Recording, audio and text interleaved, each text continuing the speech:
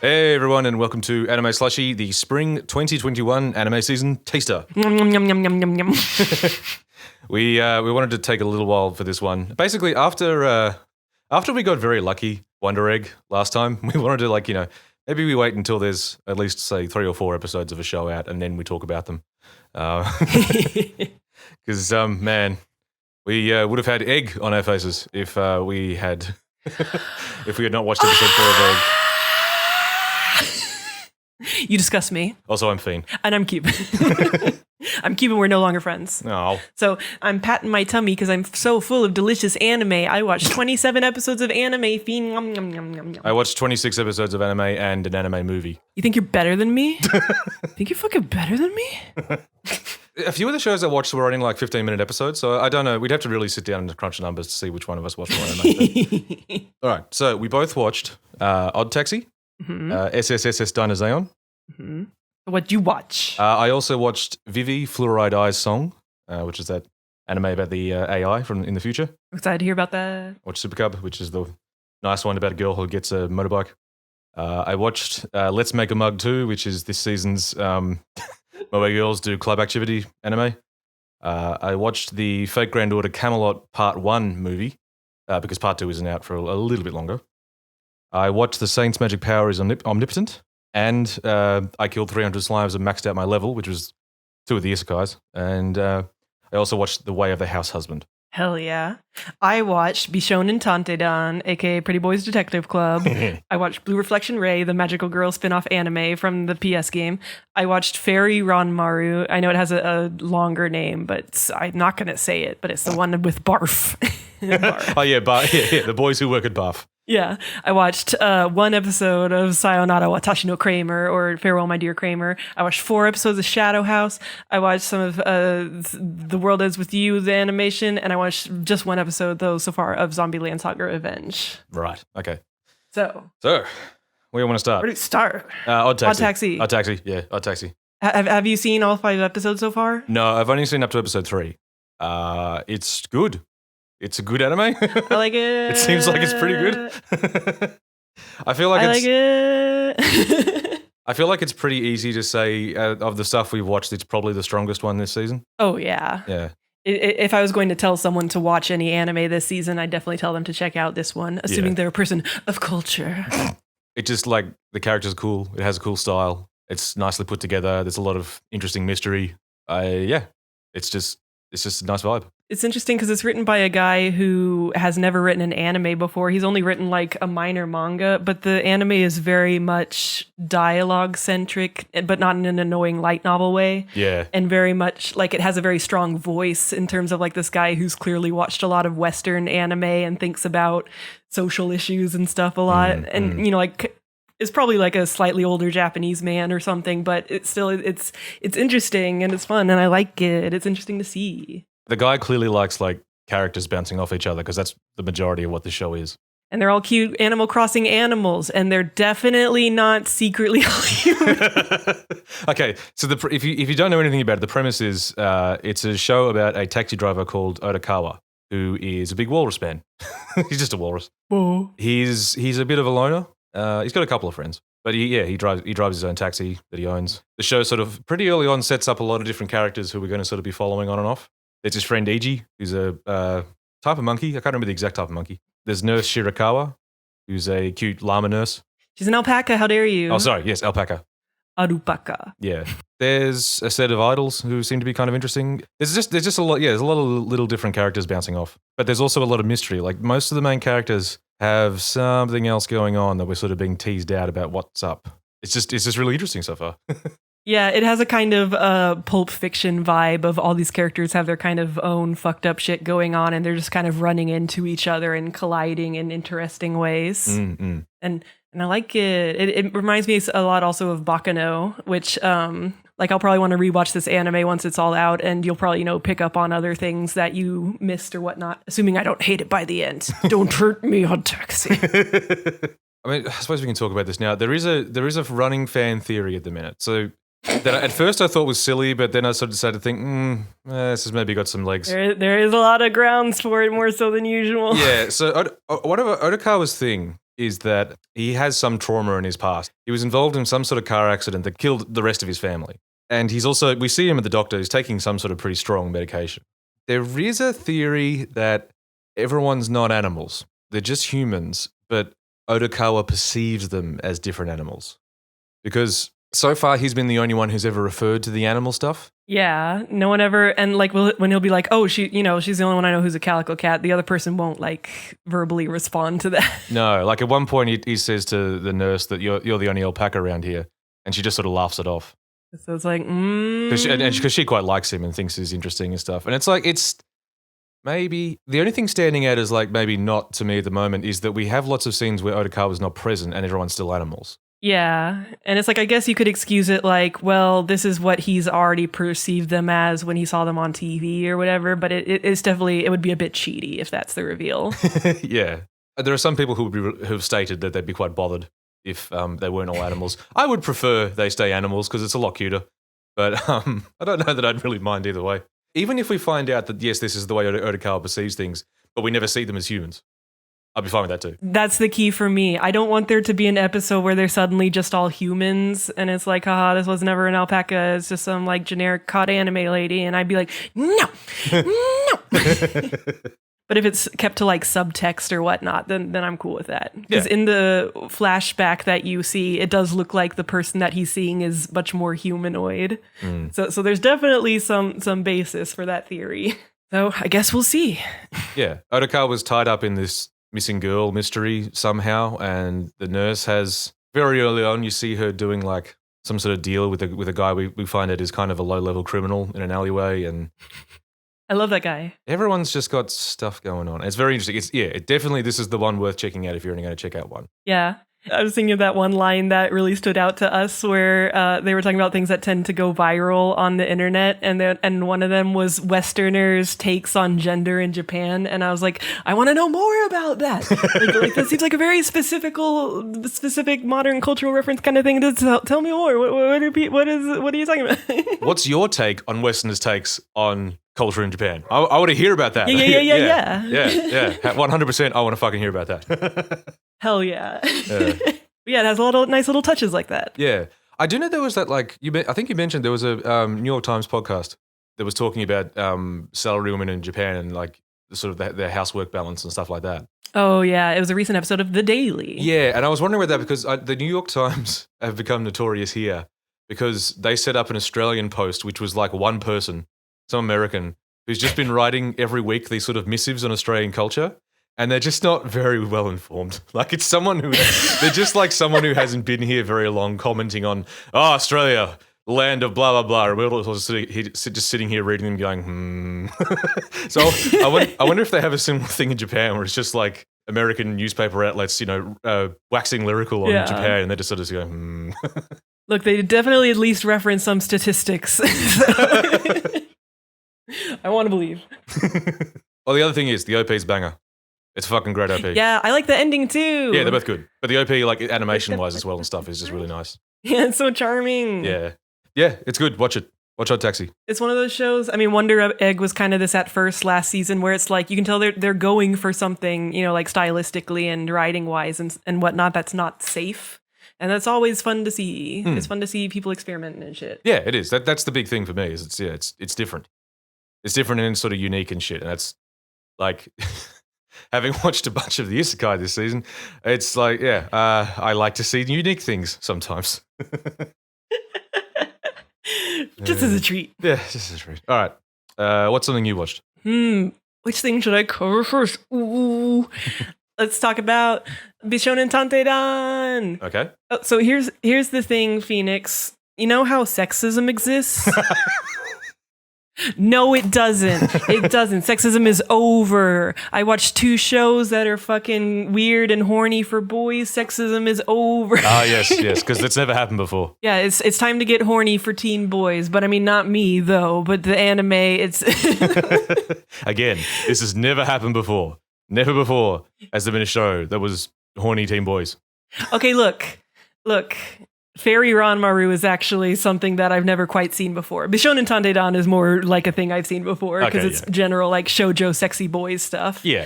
But it's Pretty Boys Detective Club. It's written by the same guy as Bakemonogatari and those other things. So it's got that kind of light novel aspect, especially because it's Shaft adapting it just like they did Bakemonogatari.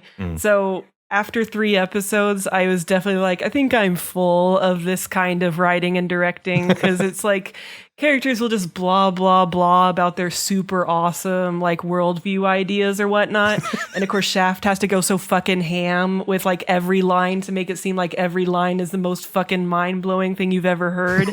And I'm like, it's just not that. It's not that. Okay, whatever. Calm down. But the plot is about a girl with purple hair, and she has this star that she saw once when she was a young child, and she wants to see it again. And she has this like bet with her parents that if she can figure out what that star is, they'll let her pursue her dream of being an astronaut. But if she can't, then she has to give up her dreams forever. It sounds like something parents would say. It's totally reasonable. Well, that's the thing. This series is fucking ridiculous. She has really good eyesight, which you find out by episode 3 means that she can see through walls. Okay. All right, this is the sort of show we're dealing with. Okay. Yeah, and the whole reveal of what the star was is completely fucking absurd and ridiculous and super goofy. So it's not like grounded at all. Okay. When you say star, does she mean like a star in the sky, or was it like some other fucking thing? Yeah. It was like a star in the sky that she remembered because it was like it really stood out to her or whatever. But it was secretly, it was a whole thing and only she knows because of her super eyes. Oh, okay. And they find out thanks to the Pretty Boys Detective Club, so the main one is that one that looks like fucking Hans Christian Andersen from Fate Go. Yeah, he looks very close to your boy, but not quite. Yeah, he's very sassy. I assume he's nowhere near as grumpy, though. No, yeah, he's like the energetic leader boy. And you find out that he's in 5th grade in episode 3. And I'm like, I don't like that. I don't... Because it seems like he's like the main love interest. I don't like it. Yeah, it's not the best.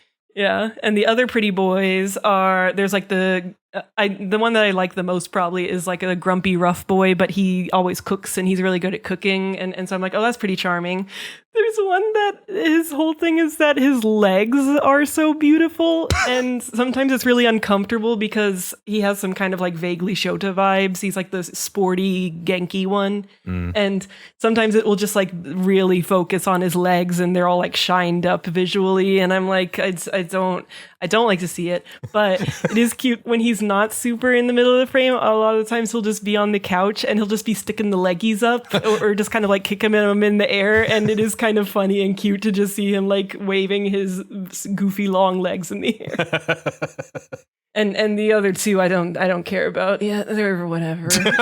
There's always a couple. Any ensemble cast like this, there's always a couple where it's like, I don't think you guys knew what to do with this one. Or 2. Yeah, I mean, maybe they're interesting later, but for now, I'm like, whatever. And they didn't have as much to do in the first big arc. Because that's the weird thing is the first 3 episodes, I guess they must adapt the first light novel or something. Because it has a whole, like, big, everyone comes together and saves the main character, and it's big and dramatic. And I'm like, I barely know these fucking boys. It's episode 3. What the fuck? Calm down. I thought it had kind of Oran vibes at first, but it's just so much more insane that it doesn't really feel as Oran Host Clubby as I thought it was going to be. It's just so much all the time. But it does look really fucking sharp, of course. Of course, yeah, it's Shaft, so it looks nice. But yeah, the annoying monologues and I mean, that is something modern Shaft seems to do a bit, is just everything all the time. Imagine your record was a little bit like that. Like where every scene had to be dramatic. Everyone had to have a stupid pose. Head tilt. But so it was amusing. But after episode 3, I felt pretty full of that, and I was like, I'm done. So would not recommend, I guess. No, unless you like are a big, I guess, a horny teen girl who also likes Bakemonogatari, then it's gonna be totally your shit, I guess. Yeah. But otherwise, So what's your first solo show? Pew. I might take this opportunity to talk about Vivy. Tell me about Vivy. Now, Vivy, I quite like so far. I'm only 3 episodes in. It's interesting. It could be good. Yeah, the first thing I noticed was that when I looked it up, it's written by the person who wrote ReZero. And it's like ReZero, I mean, I guess for isekai, it's well written and stuff. Obviously, it has a lot of your general isekai problems, but they're the kind of person who I could see writing something interesting in a different setting that isn't like a super marketable isekai thing. Yeah. If they were given a bit of freedom to move. This is another one of the shows this season where I'm like, this does feel unique to some extent. This doesn't fit cleanly into some already established very tight genre. Yeah. It's sci-fi. It's set in the near future. The main character is a AI robot or android called Diva, but who's better known as Vivy. That's the nickname she's given by one of her fans. So this is a world with sort of primitive AI that, can inhabit like an android and walk around. The very first thing we see, though, is a bunch of robots killing humans at some sort of theme park. Oh, damn. It sets up pretty early that this is a fairly violent show because there's a reasonable amount of gore in there. Yeah. Of just, humans being slaughtered, heads crushed, that sort of stuff. So it's a flash forward or something? Yeah, it's a flash forward. Amongst all of that, we see a stage where there's just all these human corpses lying around, and this android comes out and just starts like singing and like trying to get the audience G'd up, like it's like there's an audience there. Yeah. This android in particular doesn't seem to be all that aware of what's going on. Anyway, we flash back about 100 years. And when I say flashback, it's like this is where the show's going to be set. Right. And we meet Vivy, who is this android who works at a AI theme park, I guess. Yeah. It's this theme park that's run entirely by AIs and everything's like it's I guess it's like a Chuck E. Cheese. Them robots stealing our gerbs. Yeah. It's like Disneyland, but it's all robots doing stuff. Yeah. Now Vivy though is unique because Vivy was an experimental AI that was created to be autonomous, which is not something that most other AI up to this point have been. Mm-hmm. So she can kind of think for herself essentially. But because she was an experimental unit, they didn't have anything specific for it to do. So she does have a good singing voice though.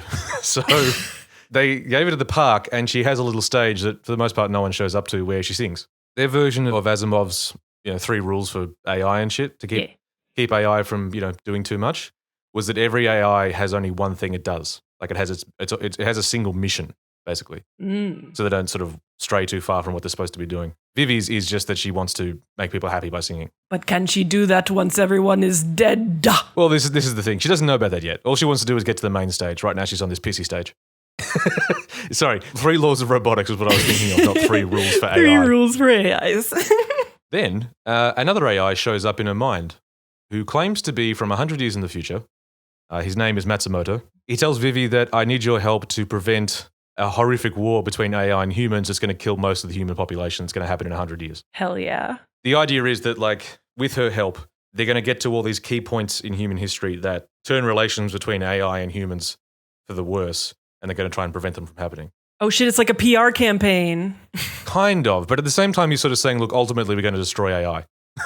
Like, what? Ultimately, I think that's what has to happen in order to prevent this war. AI has to go away. Boo. It's a little confusing in that sense. So far, all the episodes come in 2 parts. So like 1 and 2 is like a one story, and then 3 and 4 is one story. The first story is about Vivy saving this congressman who's trying to push for a law that would give AI more rights. And apparently this is the first step on the road to the AI eventually killing everyone somehow. Vivy's not like too crash hot on the idea of stopping AI from getting their own rights, but she does want to save this dude's life. And, so that she sort of starts working with Matsumoto, meanwhile hating him because he's an asshole. He eventually inhabits a robotic teddy bear, so he's got a way to talk to her in the real world. So he can be a mascot? Yes. So he's basically the mascot, yeah. I see. Vivy herself is kind of an interesting character. There's sort of an interesting sort of early AI thing going on with her because she's very stiff and sort of formal, but she definitely has, a will of her own and things she's trying to do. Like the whole thing about them having the one mission they're trying to do, it's not just like beep boop, I do this mission. She's ended up sort of developing an entire like worldview and philosophy based around the thing she's trying to do and a justification for it. Yeah.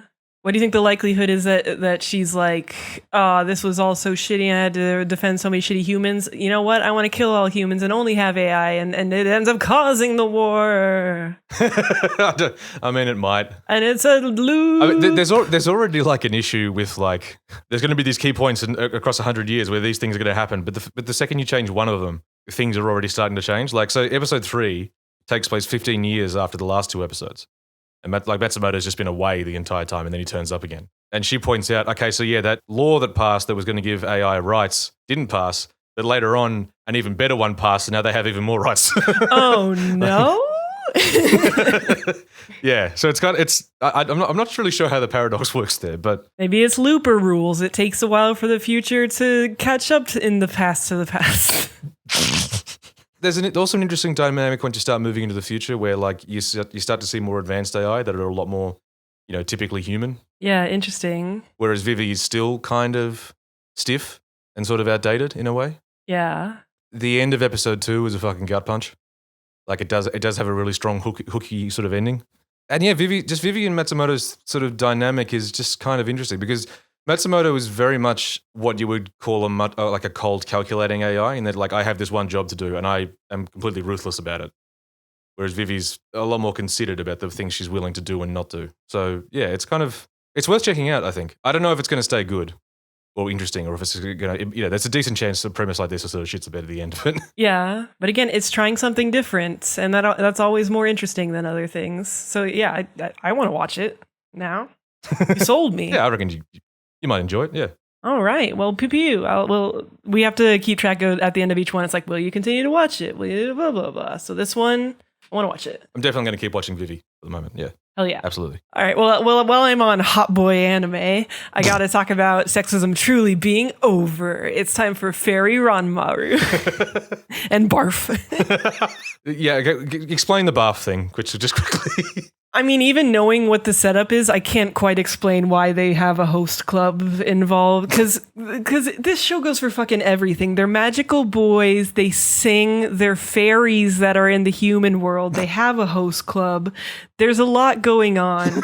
And what kind of interested me was that this is the same studio that did Cutie High Earth Defense Club Love, the parody magical girl show with boys instead. Mm-hmm. And this show, so at first I was like, this show feels funny with these character designs and stuff, but I think it's just that, it's that thing of like when they go full horny trash male design, it feels inherently funny because you're so not used to that. Because I'm pretty sure this show is 100% played straight, trash, horny, magical boys. They have ridiculous fucking designs with like loincloth type codpiece wrestler things, and it's really... It's so much, and it's really funny to see. It's only funnier because it's serious. Like that's like if you were to do this as a parody, it's like, oh yeah, haha. Yeah, like Cutie High, I'm like, fucking, I don't want to watch that. Fuck that shit. Yeah. But because this one's played so straight, it's just like, wow, it's really doing it. And what's great is that, so each episode, one of the boys has to like save the heart of some human girl or whatever. And they go to like a Madoka witch labyrinth where they fight for him. But the second episode is really interesting because it's the girl that the rough boy has to save is like a mangaka. And she wants to draw manga about hot boys. But the guy that's her editor changes her manga to be about a fucking loli girl, like a moe girl. And so it becomes this whole thing about like when they go into the witch labyrinth place, it's a bunch of moe girls attacking him. And it's all about how this guy's gross for insisting on moe girls. And it just feels like the show is just talking to you and being like, look, I'm better for having these hot teen boys. And I'm sick of these fucking moe sexy girls, and sexism is over. And it's fucking hilarious. I love when a show gives you an insight into the writer's mind unintentionally. Yeah, it's just like, wow, I wonder if this is somewhat a self-insert. But it's really funny because every time the boys transform, like so far it's only been one boy at a time, and he'll transform, and then there will be a sequence where he's just like running through a magical void and singing, but it always goes on way longer than you expect. It's not like Revue Starlight where they're singing while fighting or whatever. It's like a separate segment that happens between the transformation and the fight where they're just running and singing, and it just keeps going, and it's like a whole insert song. And I'm like, is this what you thought? Like, did you run out of budget? Is this always the plan of what was going to be here? Why this? But it's pretty great. And the ending is just like super fucking horny pinup art of the boys all bondaged, like scrolling to the side through the ending. It's right. Just horny as fuck. It's horny as all fuck. And I'm just like, this is amusing to see. Uh... So I think I have to watch some more of it. I love how this is like the properly insane one is the one you're more willing to watch. Yeah, cause fuck you, cutie the defense club. Oh, it's so funny that they're boys, but they're magical girls. But this one's just like, look at my hot elf boys with his sexy ass legs, and I'm just like, yeah. You chase your bliss. That's great. Here, someone just linked the image of it in the chat. Look. Oh God. Of course, this is battle. They're all like torn up and shit. Oh, of course. But the one that I don't like is the green one, because again, he has that kind of like vaguely Shotokan vibe, like the runner boy in the other one. Yeah, a little bit too small. Yeah. Okay. So you would recommend to watch then? Gonna keep watching? I mean, if that specific setup sounds amusing to you, then it is what it sounds like, and I think you're going to have a good time along with me. But if you don't specifically want to watch weirdly earnest, horny elf magical boy singing show, probably not for you. But what if that is what you want? Like, just sincerely, this is what you want? Then maybe it is for you. So far, the plot stuff seems a little generic. So I don't know if it's going to get like kind of boring after several episodes of the same kind of thing, or if it will become more interesting or whatever. But for now, I'm willing to watch just for all the other nonsense around it. Look at the dicks. They are very prominent. Look at them dicks. So yeah, that's a real show. And you should watch it, maybe. I don't know. I mean, not you, Feen, but someone out there should watch it. I'm not watching this. I'll tell you if anything happens in it. We can do a slushie on it. All right. I'm gonna shift gears a little bit. You don't have another sexy elf magical boy singing anime? I'm gonna go to about as far the opposite as I can, I think. Let's talk about Super Cub. Oh, I've heard that it has the most profitable motorcycle in the many decades that has sold many worldwide. Okay, so here's the thing. Super Cub is definitely an ad. It's sponsored by Honda, who make the Super Cub, which is a very popular, something between like a scooter and a motorcycle. Yeah. And this is also this is based on a light novel, but this also actually, I realized sort of somewhere while watching it, that this does basically slot into Moe Girl Does Activity. Like the genre, that's basically what it is. Yeah. The thing is, though, I've watched a few of those Momo Girl Do Activity anime so far. Mm-hmm. The thing that I've found with a lot of them, like I think it's true of the one from this season, Let's Make a Mug too, and I found this a bit as well with the Breakwater? Our Days of the Breakwater, and a couple other ones, is that I hate to use this word, but they can be just a little bit shrill. Do you know what I mean? You mean like how they're like, well, we're doing the thing? Like that? The moe-ness is extremely intense, and it's sort of like that's part of the style. Like that's kind of like happy, excited girls having fun, doing all this stuff. But it can be a bit tiring sometimes. Super Cub it's the same genre, but it's almost the precise opposite mood. It's very, very gentle. It's got a pretty like restricted budget, you can tell. It's very slow. The animation is very pretty to look at. The music is very nice and gentle. It is such a relaxing watch. That makes it sound like it might have some of the same appeal as Yuru Camp. I think possibly, yeah, but even less moe, or even less like cutesy in the way that Yuru Camp has a lot of that like gentle sort of camping looking. Yeah, I'm thinking like specifically, especially the parts where the blue girl is alone and you're just seeing her do stuff. Yeah. I think that's probably the closest thing I could point to with Super Cub. So it's about a girl called Koguma, who, like all good anime protagonists, has no parents. She lives alone. She's living on some sort of pension, so she's broke. She doesn't have any hobbies, doesn't really have any friends, like no one at school knows her. Most of the show is done with this sort of grey wash. So it's got this, like while it is pretty to look at, it does have this sort of subdued feel to it. One day while she's riding a bike home, she passes a shop that sells motorbikes. And she's kind of looking around at them, but obviously they're way too expensive. Like you're looking at like, 800,000 yen, million yen. What motorbike could I possibly get within my budget? The guy who runs the shop comes out and says, you're looking to buy something. And she says, I don't have any money. I was kind of looking. And he goes, hang on, there's one you might be able to afford. And he brings out the Super Cub, a secondhand one. And she's saying, I'm serious. I really don't have any money. And he's like, this thing's 100,000 yen, which I worked at. It's about the equivalent of $200 that he was offering it to her for. there's the very, very, very quickly run over reason why it's this cheap. She says, like, why is it cheap? And he goes, well, 3 people died. And she just goes, I don't mind. Like, they don't get into. Okay, that's pretty funny. They don't get into what happened because the cub is fine. Like, it's not damaged. Yeah, it's like it's like a fucking cursed one. Yeah, or something. Yeah, it has a curse. It's haunted. And then the episodes proceed slowly from there. So it's sort of like this. But wait, Phoenix, how could they die in such a safe vehicle as the Honda Super Cub?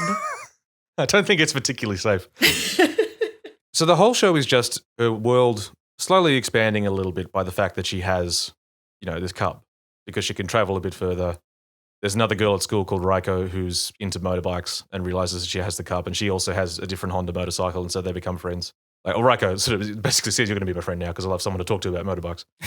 Her world very slowly expands into, because she's got transport. Which there is something to that where like, I don't know, like, when you first get your first car and there is that sense of like, holy shit, I can just drive anywhere now. Yeah. There's a bit in I can't remember if it's in the first or second episode where Raiko's talking to her about the fact that, you once you have a motorbike, you can just go wherever you want.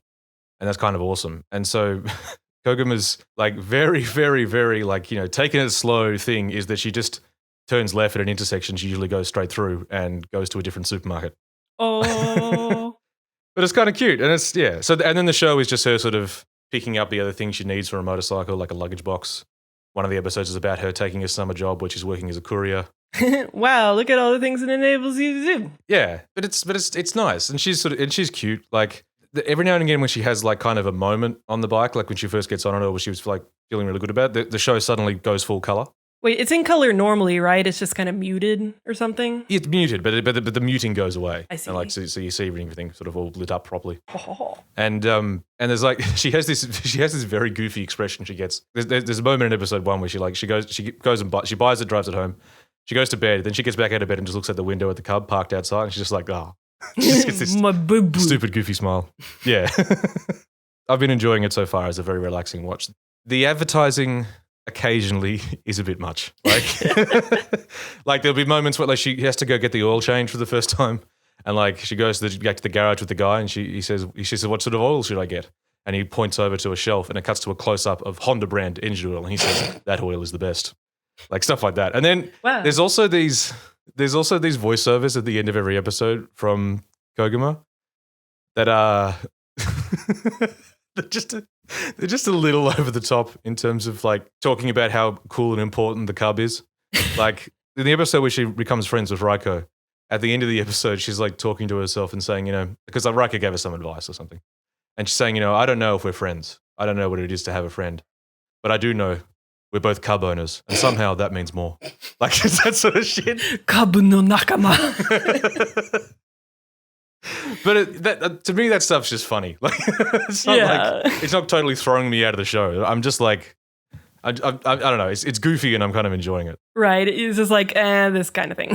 Yeah. In this genre of moe girls do cute things, this is one with a very different tone, and I'm quite enjoying it. So I think it's definitely worth, if you're into that sort of very moody, relaxed sort of stuff, I think this is worth a watch. All right. So you think you'll watch more of it? I think so. Yeah. I think I might check out at least one episode because I remember the stylization does look interesting, and I'd like to see it like at least one full episode of it. Like the backgrounds were interesting to me, and I didn't understand what exactly it was. Like they traced photos with lines or something, and I was like, what is this? Like I say, the show's clearly working on a budget. And it's kind of impressive some of the stuff they managed to pull off with the budget, to be honest. Sometimes a show just pulls off that goes for the generic anime look on a budget and it just looks like crap. Yeah, like Asuka. This is one of those things where it seems like they've stylized it in a way to make the budget not as noticeable. I kind of think they pulled it off for the most part. I would say the same thing for Odd Taxi. Like that can't be a very expensive show compared to a lot. Though I will say the backgrounds in that one do bother me sometimes because it's like a very specific Photoshop filter looking effect over everything. Like they took a generic anime background, simple, but then did like a bevel and emboss on it almost or something. And so sometimes I'm like, why this? Yeah, no, that's fair. But most of the time it's a cute and pretty good looking show. Yeah, I would recommend. So, what else have you watched? Well, since you were talking about really blatant advertising in anime, I realized I actually do defeat you if you count motherfucking Pretty Cure, Tropical-Rouge, Pretty Cure, pew pew pew pew pew. I mean, at least At least Pretty Cure isn't disguised as an anime that's actually advertising you a motorbike. Pretty Cure is advertising you Pretty Cure. Like it's was advertising toys. Well, yes, yeah. But like, it's not anything else. It's just, have a toy. Go buy the toys. But so I've actually been keeping up with this current one, and it makes me sad because I like a lot of the designs and stuff more than a lot of seasons. But the writing in this one so far is pretty like for little kids, more so than some of the seasons. Though some of the characters I really do like, and in better episodes, it's really fun. But also the budget is not great, and sometimes don't look so good. And it's interesting because this season I feel like has a lot of budget showing, more so than even like the last season. And I don't know if it's just like them really settling down into work from home and having trouble with that or what. COVID has affected every production in some way, and a lot of that has meant reduced working hours, which is kind of the same as having budget issues. Like it expresses itself in the same way. Yeah. You don't have as much time to do stuff.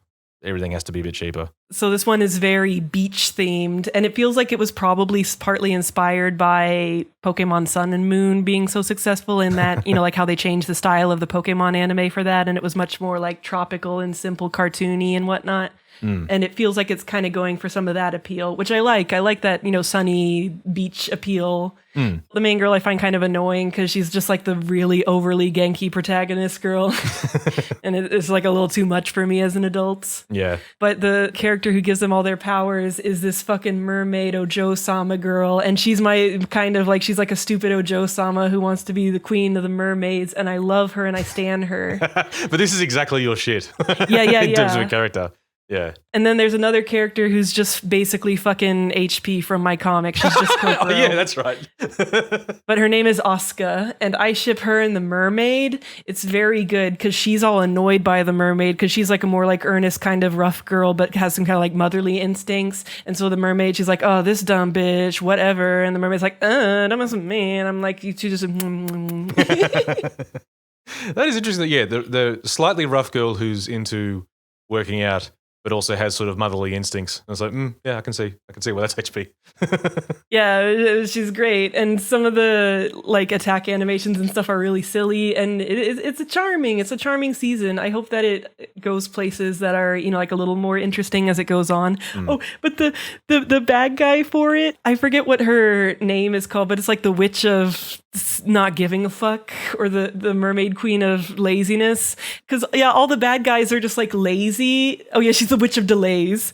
And so when you see them go back to their boss, she's just like, I don't want to get up right now.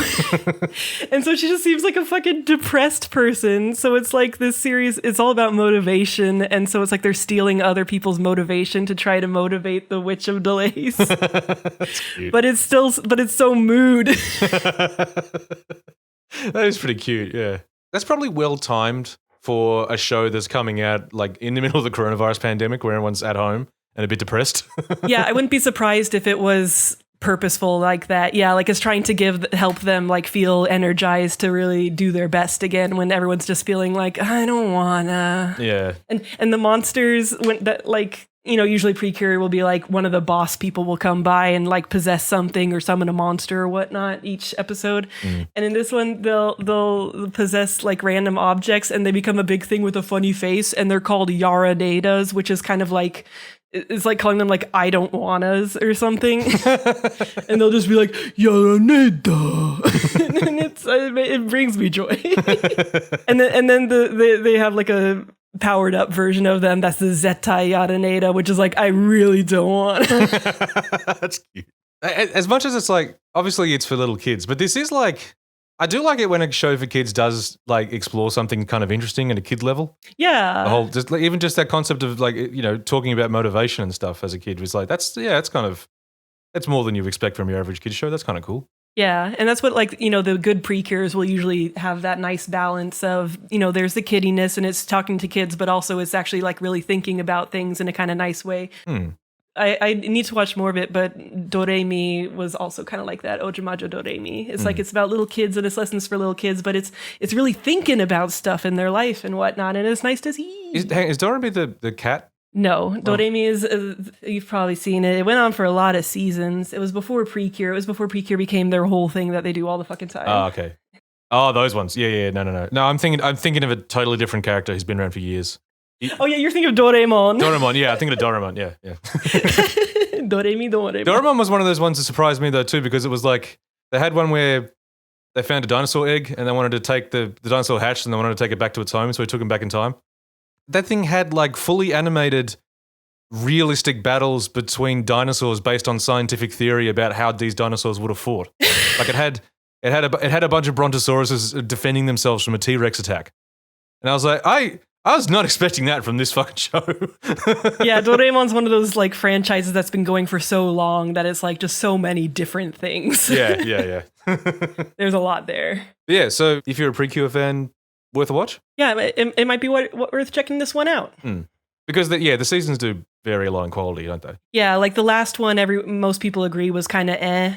The one before that I want to watch more of was like the Super Space Mario Galaxy vibe one, and I was pretty into that, and I need to continue it. But they definitely, they have kind of ebbs and flows of interestingness. Yeah. After we're done with Sailor Moon, I was thinking I wouldn't mind watching the original one that has like Cure Black and Cure White. Hell yeah, see you in 50 years. Yeah, well, yeah. We like to pre-announce projects way in advance. We're busy girls. So speaking of very busy, very important things, what's another anime you watched? Okay, so I went to a cinema and I watched the first of 2 Fake Granddaughter Camelot movies. All right, well, I'm sure it's very straightforward and you can just tell me the plot in like 5 seconds and it will make perfect sense to anyone who hasn't even played Fate Go. Okay, so here's the thing, right? If you know me, I like Fate. I like Fate a lot. If I ever try to explain something to do with Fate, it takes a while because Fate is very complicated. So it's like, imagine trying to make a movie that made sense about something in the middle of one of the most complicated iterations of the franchise. Yeah, that's the thing. Fate Granddaughter is already nuts. And then Camelot is like late in the story, incredibly complicated and weird. I don't think there was any way I was going to be able to like explain it in under half an hour. So what I thought I'd do instead was get a guest in to do it. Oh, fuck. So I pre-recorded something with someone else explaining the plot of Camelot, just so we can get through this a little bit quicker. What the fuck?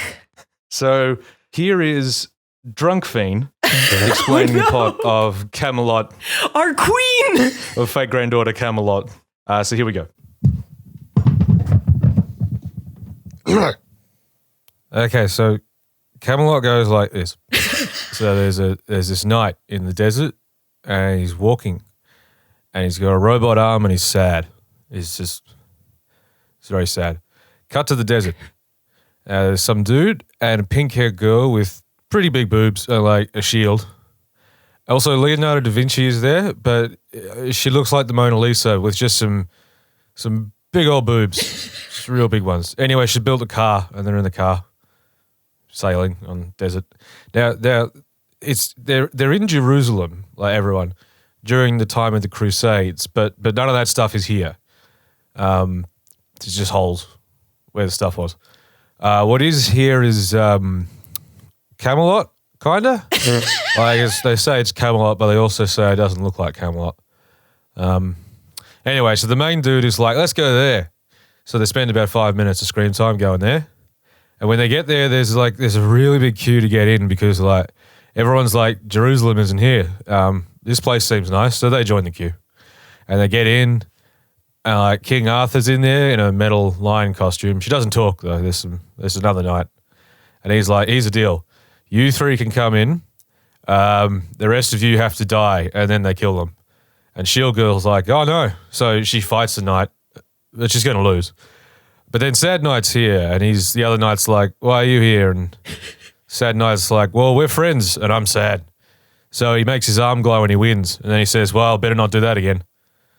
Anyway, they get outside. Oh no, there's another knight here.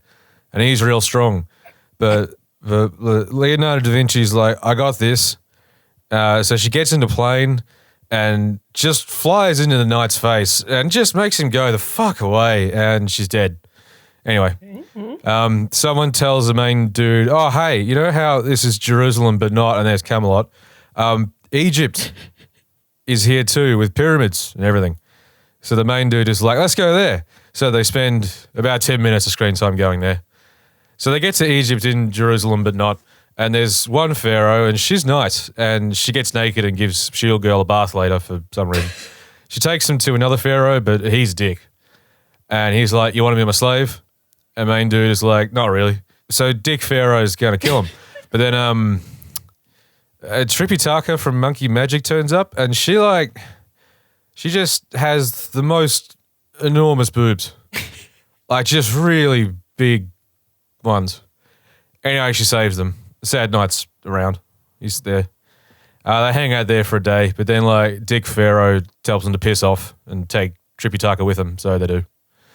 Then someone tells main dude that there are some people living in the mountains. So the main dude is like, let's go there. So they spend about 15 minutes of screen time going there. And when they get there, there's an assassin and he wants to kill him, but this Persian dude is like, nah, they're cool. So he doesn't. We met the Persian guy before. I forgot that bit. It turns out there's also another assassin who's trapped in a castle. So they go get her. And she's like a cute girl who's poisonous. But main dude can't be poisoned, so he gives her a piggyback ride. There's also another knight there. So Sad Knight goes to tell them that he's sad, and they fight. And he makes his arm glow and he wins. And he says, well, I better not do that again. They go back to the mountain people home, but that's burnt. It's like all burnt down. And there's two knights there. And like one of them kills the Persian dude, and the other one plays a harp that makes red stuff kill you. And like Harp Knight was real good friends with Sad Knight because like Harp Knight is also sad all the time, apparently. Anyway, like Sad Knight fights him with the Shield Girl and he makes his arm glow and he wins, but he says, I better not do that again. And then like Cloud's part, it's cloudy. The Cloud's part, and there's a big swirly thing coming at him from the sky. It's pointy. And like everyone calls it a lance, but it kind of looks like a wicker ice cream cone. Anyway, they're all like, oh no, but Persian dude isn't dead. And he gets up and he shoots an arrow at it while shouting real loud and just makes it go the fuck away. Yes! And this time he's real dead. Like he's not there. And then like Sad Knight tells us he's sad again. And that's the end of the movie. So thank you, Drunk Feen. That's the plot. That's the plot of Camelot. That was beautiful. Wait, who's Persian dude again? That's Arash, who does Stella. Oh. Yeah, he's a Persian hero, or based on a Persian hero anyway. I can't believe they included all that.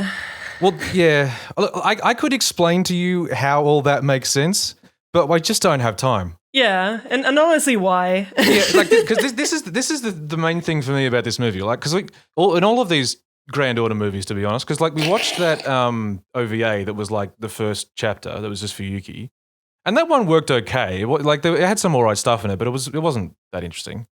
And then there was the series they made about Babylon that honestly was kind of boring because it just dragged on a bit. And Babylon is not one of the best stories or best chapters in terms of like having an interesting theme or anything. I did see some pretty bitchin' Saga from later in it, though. I might need to look up like a fight scene compilation. Yeah. Some of the fight scene shit's great, but it's just not the most interesting story. And that thing was like 24 episodes long. Whereas Camelot, like, if you played the game, Camelot is one of the better chapters. Like, a lot of stuff culminates in that one, and it is really complicated. And some of the stuff in it is interesting. But like, if you hadn't played Grand Order, I don't know what the fuck you would have made of this movie. Like, there is no making sense of this thing if you don't know the story ahead of time. And I also, like, I cannot stress enough just how stupid the boobs look. Like, Mash's boobs look dumb. Leonardo's boobs look dumb. Fucking Sanzang's boobs look fucking absurd. Like, they don't even really fit in a top.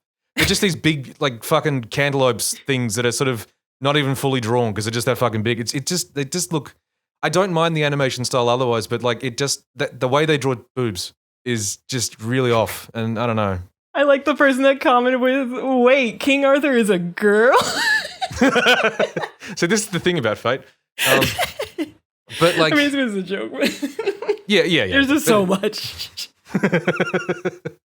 And like, look, parts of it look nice enough. There is some good Sakuga in there, like the bit with that first fight with Gawain in Camelot, and then later on when Mordred and Bedivere are fighting is pretty good too. But like, and like we said before, the thing about Fate is that it rides on the strength of the characters for the most part. And because there's so much going on in Camelot, none of the characters get any time to breathe in this. It feels very like fan service. We have to show all of the characters. Like when you told me that they put the Poison Girl stuff in, I was like, they made time for that? Yeah. And it's like, but that's the thing. You only ever get glimpses of any of the things that made these characters fun. Yeah. Even Bedivere is like, he has a fair bit going on in that chapter that's kind of interesting, but we don't have enough time to really get into it other than just that he's sad about stuff and wants to kill Arthur. And like when you find out later on why he wants to kill Arthur and what the whole backstory is there, it's like it actually is like really good. But there's just no time to develop it in this. It's like, I don't know why you would have picked this one to split into two movies as opposed to like one of the simpler chapters. I think I said to you like London was a much more straightforward chapter that probably would have worked better as a film. But people also really like Camelot, so I guess I can see why they did it. But I don't know, man. I walked out of it going, yeah, that was a thing. But like, I don't know if I would recommend anyone go see it, to be honest. Yeah, it sounds like it's very much just like trying to make those fan bucks. Like, look, if there's a waifu you have, she's probably going to be in the movie. You can see her titty bounce for at least 20 seconds. If you've played the game, maybe watch it on a streaming service when it comes out. But yeah, don't. If you don't know Faye, do not see this thing. You will be so confused. Excellent. It sounds beautiful. Anyway, what else did you watch? Well, in terms of things that might be kind of confusing without game context, so Blue Reflection Ray, I watched the first 4 episodes of this one. I think there's one more episode out now that I haven't seen yet. So it's a magical girl show, and apparently it's like an AU version of the game. Like it doesn't quite match up continuity-wise with the game, and it stars different characters, but there's like some things that are the same, and I don't know how that works. But there's definitely times where you can tell that where they're like, oh, look at our rec room, wow! And you know, like you're supposed to recognize it from the game and be like, oh, I remember going there in the video game. I hate that shit. Like I hate that shit whether I know or don't know it. You know what I mean? Like, yeah, it's like, wow, I'm so excited to see the generic rec room from the video game. Hype. Otherwise, it's got a lot of generic magical girl stuff. It's like they have to fight for girls with emotions, and the bad people want to take away their emotions because, you know, emotions are hard or whatever, but I guess you probably got to have them because otherwise you're dead. And so there's a lot of that stuff. The animation is pretty cheap because there's this interesting thing they do stylistically where there's almost no hard shadows. It's all these gradients on everything. And sometimes it looks kind of okay and kind of soft, but other times it just looks like everyone has all these like, you know, red gradient splotches all over them. And it's like, I don't know about this stylistic choice. Yeah, it doesn't sound the best. But the character designs, I like the palettes of them and whatnot, but of course a lot of them have to have like, oh, she's got a big open part on her stomach and whatnot to be just a little sexy. Though it's, from what I've seen of the game, the designs of this are definitely less trash horny than the game ones. That was one concern I had about it because the game was kind of horny, right? Yeah, no, if you really look at the game costumes, they're definitely trash horny. The first like villain girl that shows up is that kind of like predatory lesbian girl who's like, oh, what's fun? I'm gonna make weird mouse baby. and I was like, begone thought. There's like a rough girl who I kind of like, and there's a few like kind of interesting things going on, but mostly it's just pretty generic. And I'm like, I don't understand the connections to the game, and if you played the game, would this be like wow, or would it be like even I don't know what's going on, and I don't know. So would not recommend to anyone who isn't legally obligated to watch all Mahas. Are you going to keep watching it?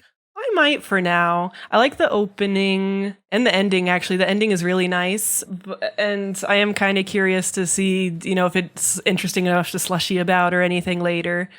But in general, so far, it just seems pretty generic. It's just, you know, your general magical girl stuff. And it's like, all right. I was going to say, because that was the initial impression of Arsley, that it was like a bit boring.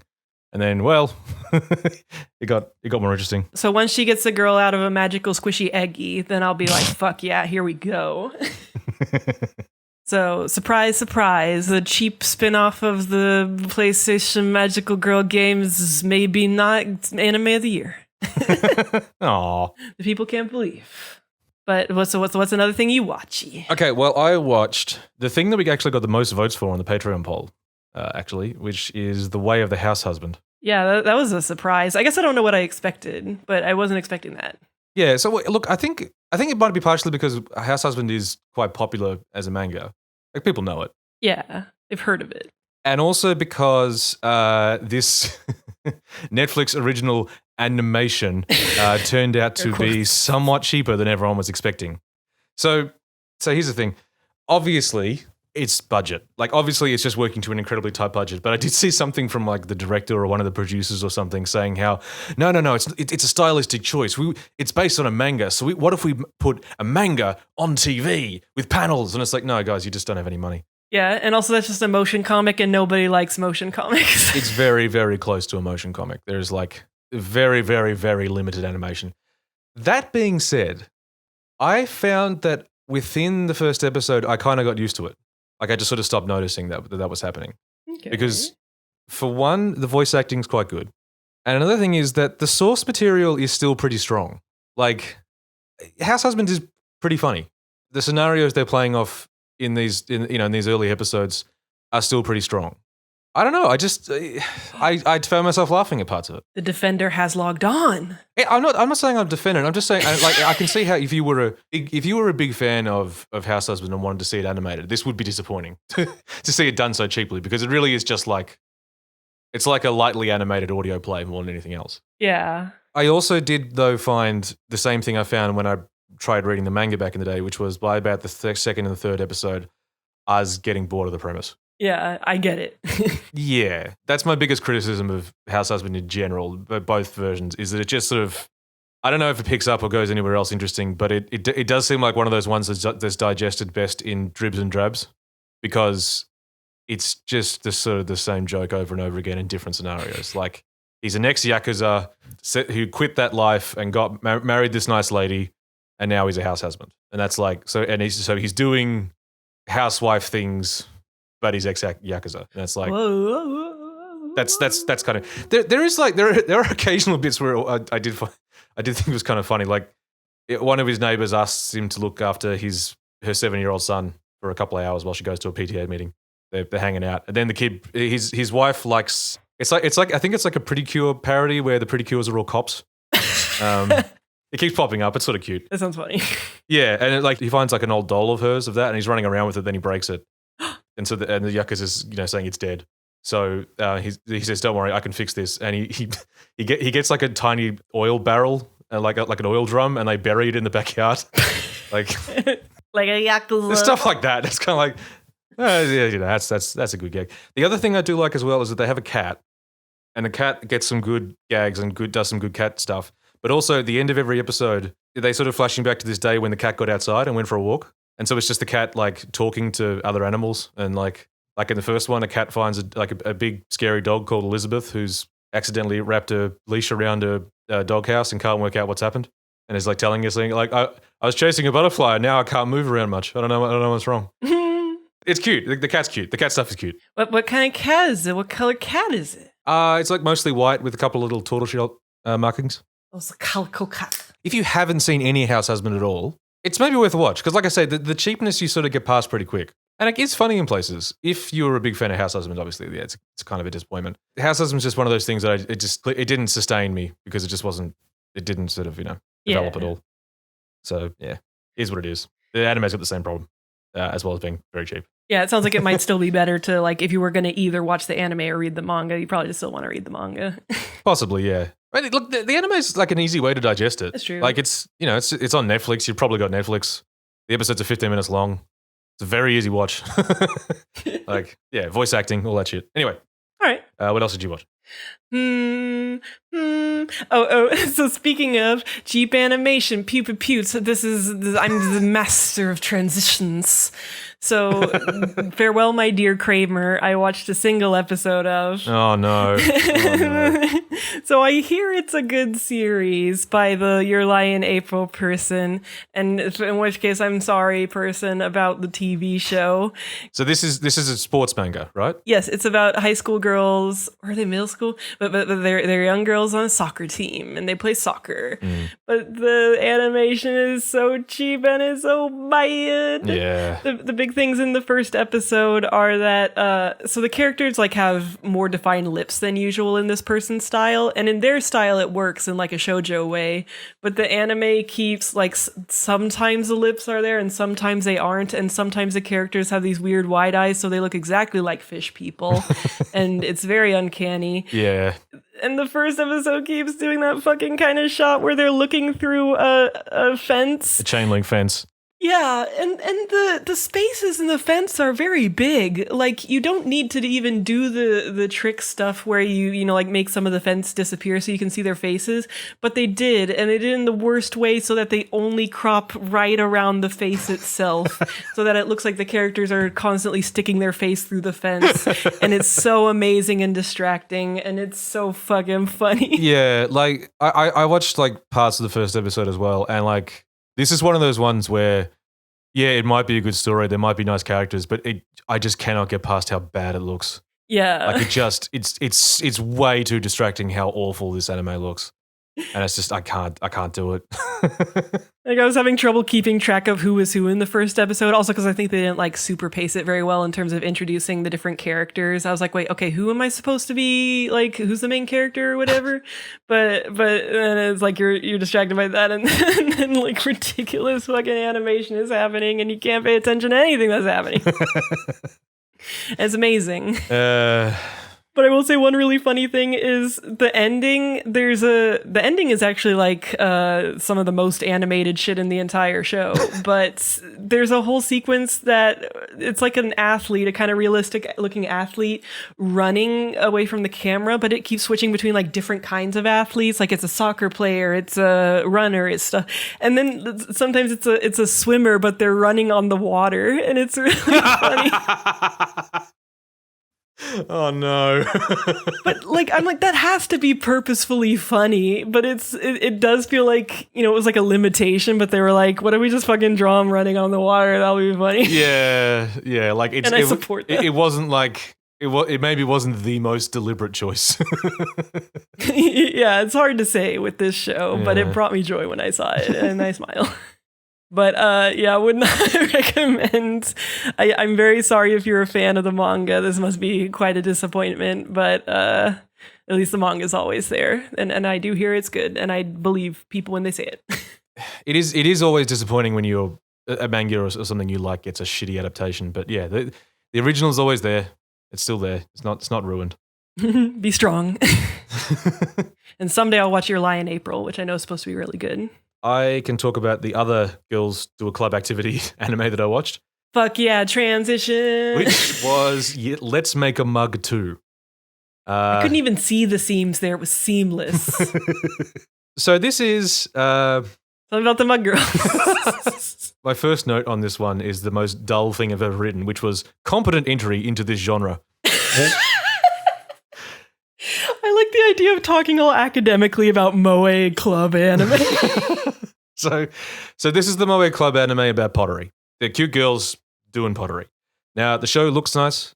The characters, for the most part, are kind of engaging. The main girl has like a family who are actually sort of plot significant for a change, which is kind of nice. Didn't her mom die from doing too much pottery or something? Okay. So all right. So sorry, is it spoilers? Like, so the main girl, Himeno. I don't know. Main girl. Her dad recently, he got made redundant. His company shut down. So they've moved back to the little seaside hometown of their mother, who passed away years ago when the main character was quite young. She catches up with an old friend who invites her to, with the high school that she's going to pick a club. And the club she's in is the pottery club. Okay. Where, you know, they use clay, they have wheels, all that stuff. In that club, she discovers that her mum was actually quite a famous pottery person. She made this incredible series of mugs, like 200 of them or so, these really intricate things. She was very, very good, considered a genius at pottery stuff. Until she died. Now, this is the thing, like, it's got all that good sort of, you know, moe girls do a club activity thing of just telling you lots of stuff about pottery. Hell yeah. You know, like they give you the pottery facts. The first episode is about catching this girl up on facts on pottery. So like what sort of pottery comes from different parts of Japan. They get a big map of Japan and lay it all out. That was fun. Yeah. The other girls in the class are Naoko, her friend.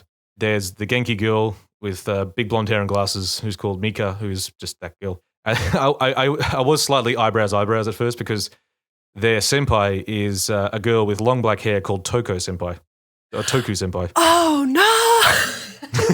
But she's not the same. She's not anything like Toku from Bloom to You. She's just a unrelated Toku senpai. These designs do look kind of like weird for moe. Like they don't look moe optimized in the way that you usually see.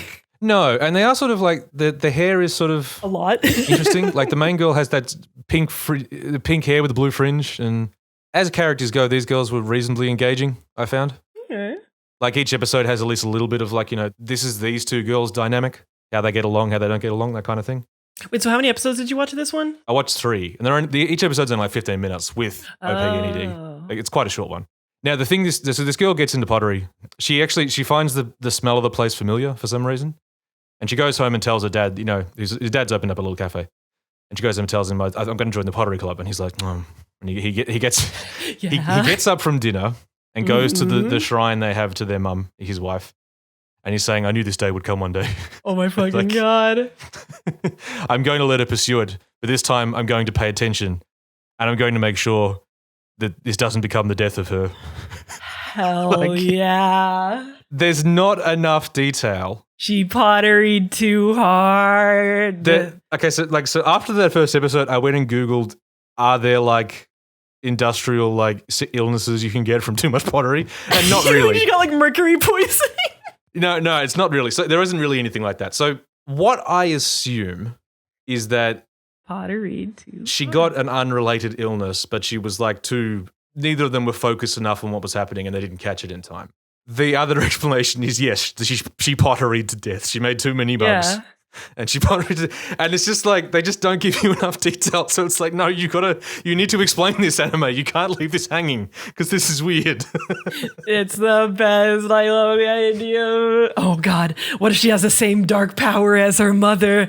No, to wield the power is so dangerous. But no, it's not. I don't think it's that sort of anime. It's just for the most part so far, it's just been a cute. Yeah, she probably just like overworked herself to the point of, I don't know, she got sick and died or something. Yeah, exactly. I might keep watching it. I'm not sure yet. Depends how much other stuff I want to watch. It's like, again, if you like this genre, this is a pretty good one. Yeah, if you're curious about Japanese pottery. That's also another thing. Yeah, like you will get the pottery facts. It will give you some of that stuff. Yeah, that's cute. Like I think that's also like the requirement of these things is that the character should be cute and engaging, and you should learn something. Is basically what you seem to want to get from this particular genre of anime. Yeah, and you do get both of those from this, I think. Well, good. A solid entry into a classic genre. Do you have any solid entries into genres left?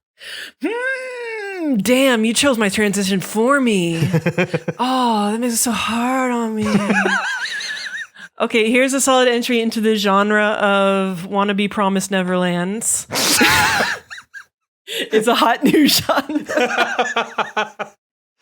Very specific. Yeah. Okay, so here's the thing. So Shadow's House is a show that exists, and I watched the first like 2 episodes of it, and I was like, you know what? I'm really curious about this. Fuck it. I'm gonna go read the manga. And I read all the motherfucking manga. And here's the thing. I see why Saga compared it to The Promised Neverland, because it has that aspect of like kids having to fight against evil supernatural adults who are like controlling everything and hiding the truth from them and stuff. But the thing is that The Promised Neverland, at least season 1, that's all I've read or watched of Promised Neverland, was really good at doing the whole like mind games thing and like the kids trying to outmaneuver the adults. But Shadow's House is really kind of bad at that in a way that kind of ruins it. Because they have those same kind of plot beats, of like, okay, I gotta find out who this person is. I gotta solve the puzzle.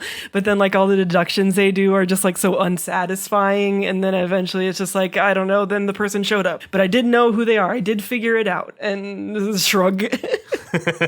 Oh, and then the other big thing. So the thing is that the manga has big lolicon vibes. I mean, I would only put it as like a 0.4 on the Made in Abyss scale, but it's still definitely there and definitely prevalent enough to notice if you're not a fucking pleb. So I'm sure there's people who've read it that are like, I know what you're talking about. You're the lolicons, but it's there. This boy's strapped down to a table with a tube shoved into his mouth. He's got stuff pouring out of his mouth, was presented with complete neutrality. Excuse me, that was a woman. Oh, okay. But yeah, that was, there's this whole thing that they have called dust sickness or whatever that the characters get, and they basically, especially as the manga goes on, they basically just have ahegao faces once they get the dust sickness and they're kind of out of it. And the only way to cure them of it, I guess this is slight spoilers, but who cares, is to like force feed them water somehow, that they have to like keep like being force fed the water and throwing up. I don't know why water poisoning isn't a problem, but yeah, so in the manga, eventually it's like, we have to do like the most extreme version of this. She's like so dust sickness. So they have like a fucking, like a plunger that you would use to like ice a cake or something, like the big industrial size, and they're just like shoving the water in her mouth, and she's just like bleh, with the ahegao face with it dripping out of her mouth. And it's like, this is presented with complete neutrality. Yeah, you sent me those panels. There is no other way to read that. We know what you're doing. That said, so far the anime has not touched on that stuff, hey? So yeah, that's the thing, is like you don't really get into the really bad stuff in the first season of the anime, except that I haven't watched the most recent episode, but it's funny, like I just realized I haven't like touched on what the fuck the show's supposed to be about or anything yet. Because here's the thing, I'll probably have to do a fucking proper slushy about this once the first season is done, because it's one of those shows like Egg where I want to take the initial setup and go in a different direction with it and kind of fix it. Because the setup is that so you have this cute little girl called Emiliko, and she's like a little maid girl, and she's the servant of a girl who looks exactly like her, except she's in complete silhouette all the time. She's like a shadow silhouette person. And it turns out this is an entire like giant kind of mansion full of people like this. So it's all shadow people who have a servant that looks exactly like them. And so there's this kind of mystery of like, what is with these shadow people? How does it work? And they call them living dolls, but it's pretty obvious early on that's like, these are just fucking people. Mm-hmm. And so it's like, why do these humans think that they live in dolls? And what does it mean to debut? And there's like some kind of creepy grandpa that rules everything and is controlling everyone. And, you know, they're going to have to get out of the system somehow or something. And it's like, there's a lot of interesting stuff. But then they just want to make the ahegao face with the dust sickness and do other. It's one of those manga where as soon as you start reading it, you kind of know from the drawing style, you have the vibes of lolicon. And it's one of those things where it's like, I know if someone doesn't know what I'm talking about, they'd probably be like, you're weird for saying such a thing just about drawing styles, but I'm right, and you just have to trust me if you don't see it. You just have to fucking trust me. Yeah. And so once the ahegao stuff starts happening, it's like, see, fucking told you. So the fact that it's kind of fetishy, I'm like, wait, is this whole thing just like a setup for self-cessed shit? Because it's like everyone has like, you know, like the them and then the silhouette them. And like even one of them, there's a girl I like that's called Lou, but her shadow self person is very like obsessed with how beautiful Lou is and is always like hanging over her. And I'm like, is this just a giant house of nothing but self-cessed pairings? Oh my God. But so yeah, like there's some interesting stuff, but yeah, it's just kind of messily written and really goofy, and the ending is really good. I fucking love the ending. And it's Cloverworks, so it is well animated and everything. And it confused me because, you know, Cloverworks also did The Promised Neverland, but then they did that whole thing where they skipped through the second season and, you know, like skipped to the end of the manga, and everyone was like, why the fuck did they skip through so much of that? So it's like they skipped through The Promised Neverland and then started this other knockoff Promised Neverland. And why? And we also know what else Cloverworks did recently. Yeah, the Eggy. Cloverworks has been making some choices. Yeah. Yeah, because also there's like a really important setup for the second arc that happens in what they adapted into episode 4 or 5, and they skip it. And I'm like, so are they not planning for 2 seasons, or are they just gonna like rework it in the second season? Do they know? I don't know what's happening here. Yeah. A lot of the stuff that they're gonna cover in the first season is like they go through this debut that's like a series of tests, and it's very like generic shonen shit. And like you have this weird setup with all this interesting stuff, and it's like I want to see that, but then they're like, oh, we have to solve the puzzle in the maze together, and I'm like, I don't give a fuck. Get back to all the weird shadow people shit. Why are you doing this? Why are you doing this? It's like in, I think I mentioned before, it's like in Final Fantasy X when it would occasionally go, oh, it's time for a puzzle, and they were just really crap puzzles. Yes. Like it's like I haven't been doing puzzles like there's like 4 in the whole game. That's a really long game. Why did you even bother? But imagine that, but it's, not a video game, so you can't even participate. One of the puzzles that's in the debut, they show it all dramatically in the ending, like it signifies something, but the puzzle is just that the doll human people are in a room, and they have to solve it by, there's a bunch of cakes, and then they start eating the cakes, and there's something in one of the cakes, there's like a puzzle piece, and so they eat all the cakes, and they find 5 puzzle pieces, and they make a key together, and they like slot it into the door, and that's the puzzle. And I'm like, what the fuck kind of puzzle is that? What's the lesson of that? Is that if you're gonna be a good doll server person, you gotta eat a lot of cake. You gotta be able to eat all the cake. Stupid. Bad puzzles. And also pedophilia. Well, I'm now. Why don't you like Shadow House besides that? Other than that, I don't know anything to mention. But yeah, so interesting. Watch the ending song. It's good. That's all we're gonna watch. So what pedophile self-says did you watch? Well, I didn't. I'm not gonna watch any of that stuff. Cube watches that for me. She's a good friend. I did, so you don't have to. What I watch instead is all of the isekais. So I've got Hell yeah. The only 2 things I've got left on my list are 2 isekais I watched. I think I'll talk about The Saint's Magic is Omnipotent first. It's interesting how there's a dividing line between male-targeted isekai and female-targeted isekai. Yeah. The difference between the 2 types of escapist fantasy is a pretty sad indictment on men. Because the female escapist fantasy is, what if you went to this world where you weren't being overworked and you were just particularly good at something and everyone, admired and praised you for it? And the male version of like half of the fucking male-aimed isekais at the moment are, what if you were overworked and you went to this fantasy world where you could be a rapist and it was cool? And then everyone cheered for you. Yeah, you're the best rapist. Yeah. It was totally cool that you were a rapist. It's justified rape, it turns out. Wow. Yeah, I didn't watch any of those this time, but Saint's Magic definitely falls into the female version. So it's about a woman called Sei. We see her extremely briefly in her own world, where she's leaving work at 11 p.m. She's a salary woman. She goes home, she's tired. Then, oh shit, magic circle. And she's been summoned to a fantasy world. Now, the hook of this one, because most isekai do need some sort of like gimmick, little hooks to make it stand out a little bit, yeah, is that accidentally, this time, they have summoned 2 people. This fantasy world has this thing about, within its own lore, that every now and again, when the cities are beset by monsters, like more so than usual, we summon a saint from another world who is imbued with powerful magics, and they're able to, help us fend them off. This time, 2 saints were summoned. And there's Sei, who's like, mid-20s, and there's a teen girl. And the prince of this realm just goes straight up to the teen girl and goes, you must be the saint, and just takes her away and no one pays any attention to Sei. Wow. But this kind of works out in Sei's favor because she's left to her own devices for the most part. She takes an interest in magic. Turns out she's pretty good at magic. So she gets taught how to make potions, and turns out she's like, all the potions she makes are somehow 50% more effective.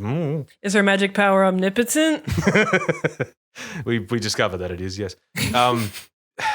It is like, despite this whole thing being that, she isn't the one this time that she's been summoned, it's clear that she is, like pretty much from the start that she actually is the one. Which does make for a nice tension because there's the whole thing where she's like, I'm much more relaxed than I was back in my original world. And I'm kind of enjoying just having time off. So she'd prefer not to be the saint if she could. But over like the first 4 episodes, it kind of becomes clear that she probably is. So that's sort of a problem in a way. At the end of the first episode, some soldiers come back and they're all injured, and there's a handsome blonde captain who's dying, and she uses one of her very special potions to heal him. I'm eyebrows. He falls in love with her. There's a nice sort of friend boy over to the side. There's the big handsome captain. He's there. You know, she's got like a couple of love interests kind of, and it's a little bit cheap. There's many stills montage. The backgrounds are nice. The world itself does that sort of thing that I find very boring. A lot of isekai, where it's just like, it's a video game fantasy world. You get it. There's fire magic and ice magic, and you know, there's towns and monsters. You get it. Don't worry about it. There's no attempt whatsoever to set up their own magical system, and it's just a bit. We were talking about this a little bit, where it's like isekai, like what's the one from last season that we need to talk about that you read the light novels of? Oh, Other Side Picnic. Yeah, so Other Side Picnic is an isekai, you know, but it doesn't end up feeling like a capital I isekai because it has actual world building and shit. Yeah, it has its own ideas and like is playing off something interesting. And it's like, it's just funny because like these isekais are so fucking thin to begin with. Like, Seiya's not bad. I actually like, Sei's like a nice enough character. It can pull off comedy when it tries to. She's endearing because like she does want to remain anonymous and she doesn't want to get all this attention and have to like, you know, become this like big omnipotent sort of person. But then she's faced with there's a soldier she knows who loses an arm and like is going to have to retire and go back home. And he's kind of broken up about that. And so she realizes that she could probably bring his arm back. But if she does that, everyone's going to fucking know she's a saint. But she does it anyway because obviously she's not going to leave that guy like that. Oh, like there's stuff like that. Like it's you know, it's straightforward, but it's nice. It's all managed pretty well. But at the same time, like in that episode, at one point, like, there's a whole room of people who need healing, so she does an area of effects spell because it's video games, and it's just like, again, this show does not have like that much like unique about it, and you still couldn't be bothered, like, just not doing the standard shit. Like, it's the same way that like most of these modern isekai don't spend any time talking about the character trying to get back home or figuring out what happened. right, because they know we're over that part. Yeah, it's like people being sick of seeing Spider-Man's origin in Spider-Man movies. Like we get it. We don't need to see it anymore. Yeah. There was one moment that I did really like where like someone mentioned that they were heading to the castle for something, like the capital, and she was like, "Oh, can I come along? I'd like to visit my new friend." Cut to her petting and feeding a donkey. Oh, that's pretty cute. Oh, To be honest, I might again another one of those ones where I might keep watching it. yeah. It sounds comfy. It's comfy. It's not not challenging or anything. It's executed well enough. There is a distinct difference when it comes to the female aimed ones, like and like that are like. There's no stupid horny designs.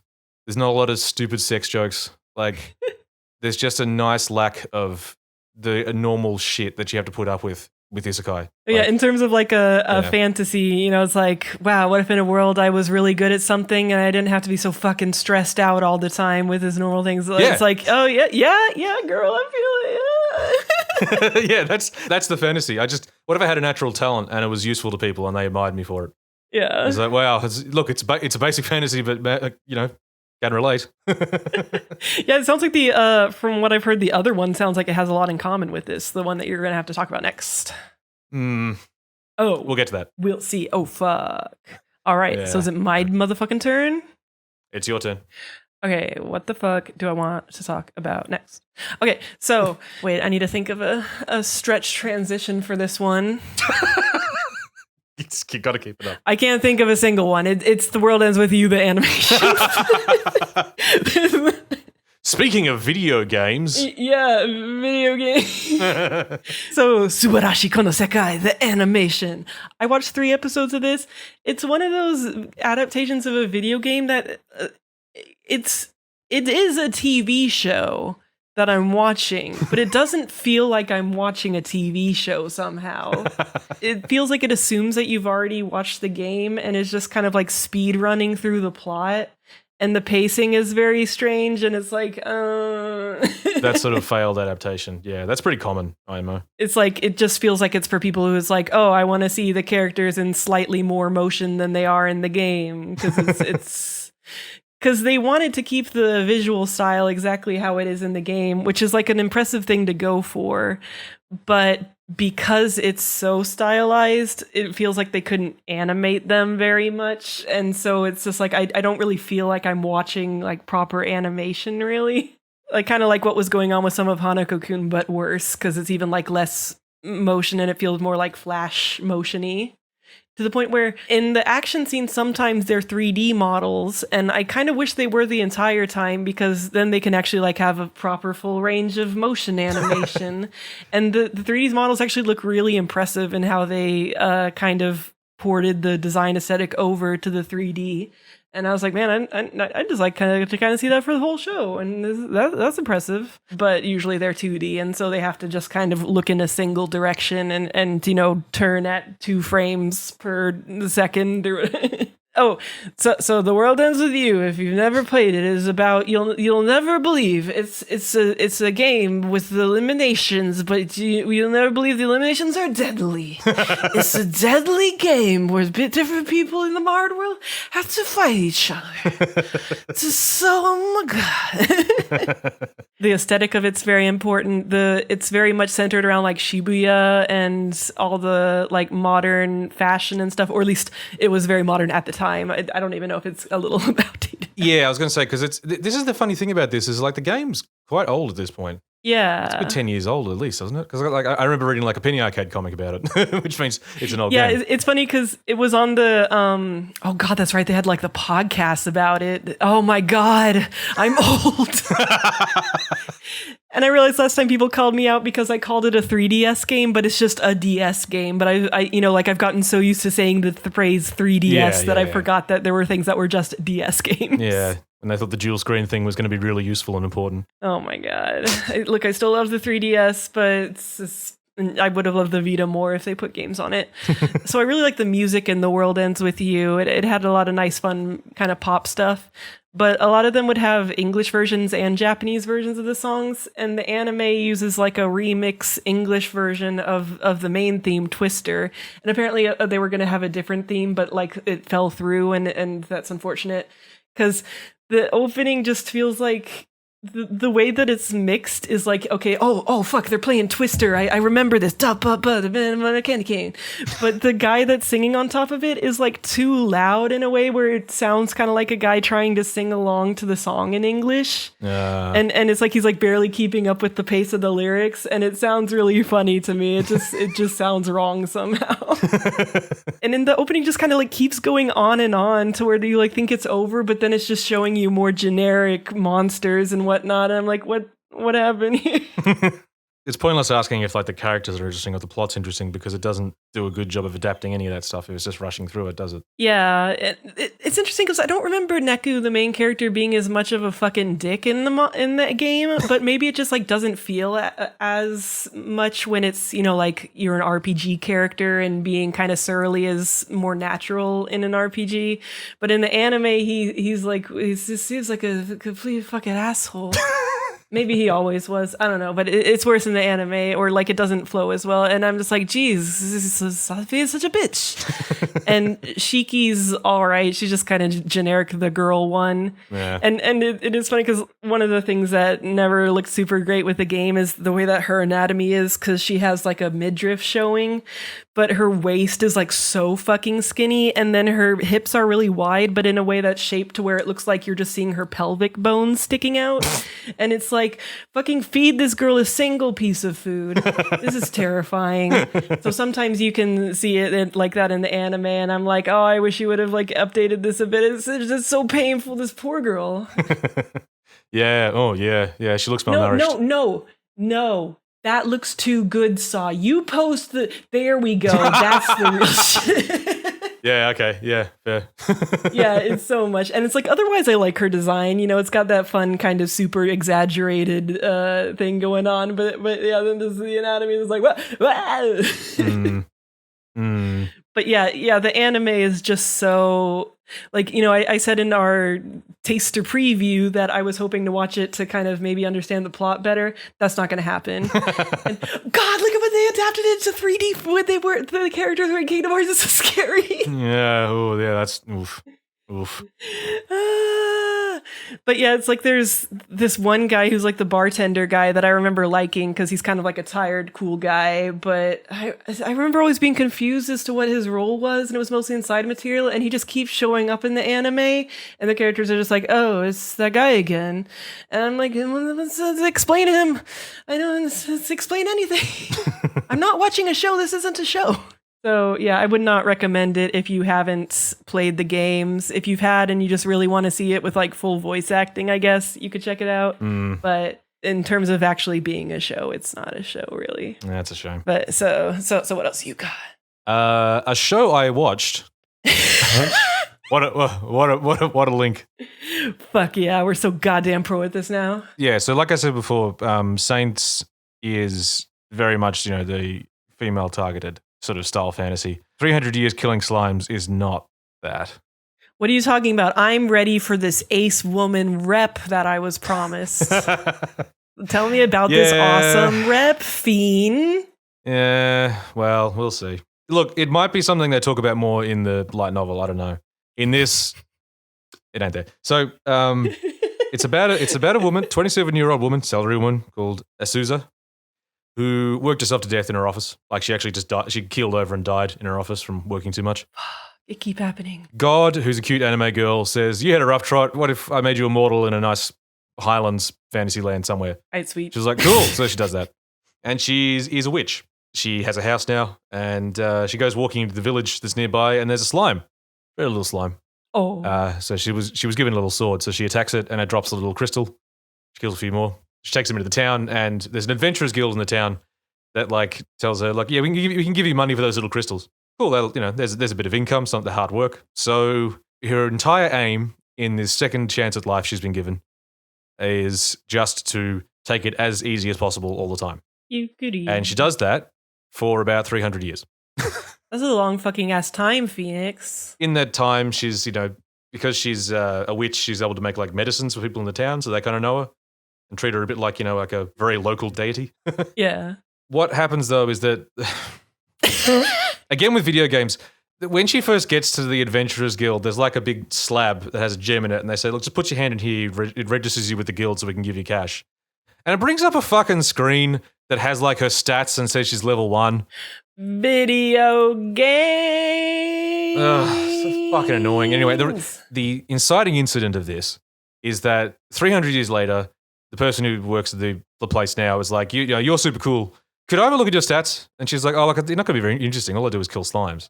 But of course, after 300 years of killing slimes, her stats are completely maxed out, and she's extremely powerful. Oh my god, video game. And now she's like, fuck. I don't want to be well known. I just want to keep living lazy life. Oh no.